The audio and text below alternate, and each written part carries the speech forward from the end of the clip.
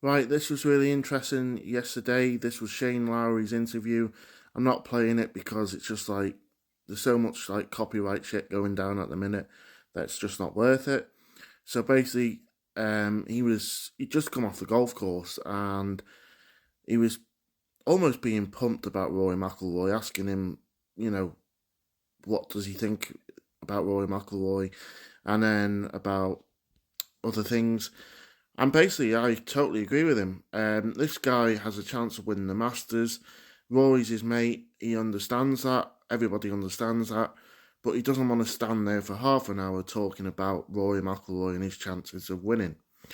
The other thing he went on to say is about having a bit more of a gap between coming off the golf course and sort of doing interviews, which I totally agree with. I think more and more these days, what's happening is these players are having to sort of leave the golf course, sign for the cards, and then have an interview straight away.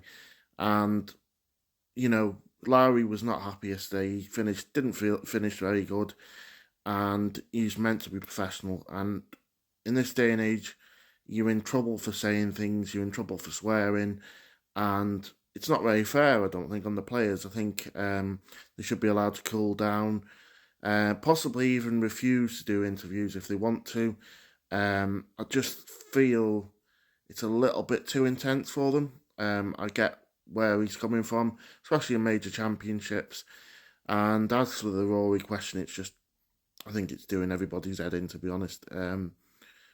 It's just, you don't want to be asked about other players, do you, really? And fair play to Lowry. I met Lowry a couple of times, didn't particularly take to the guy, but he's coming across decent these days, and I think, he wears his heart on his sleeve, and I totally agree with everything he said in this interview.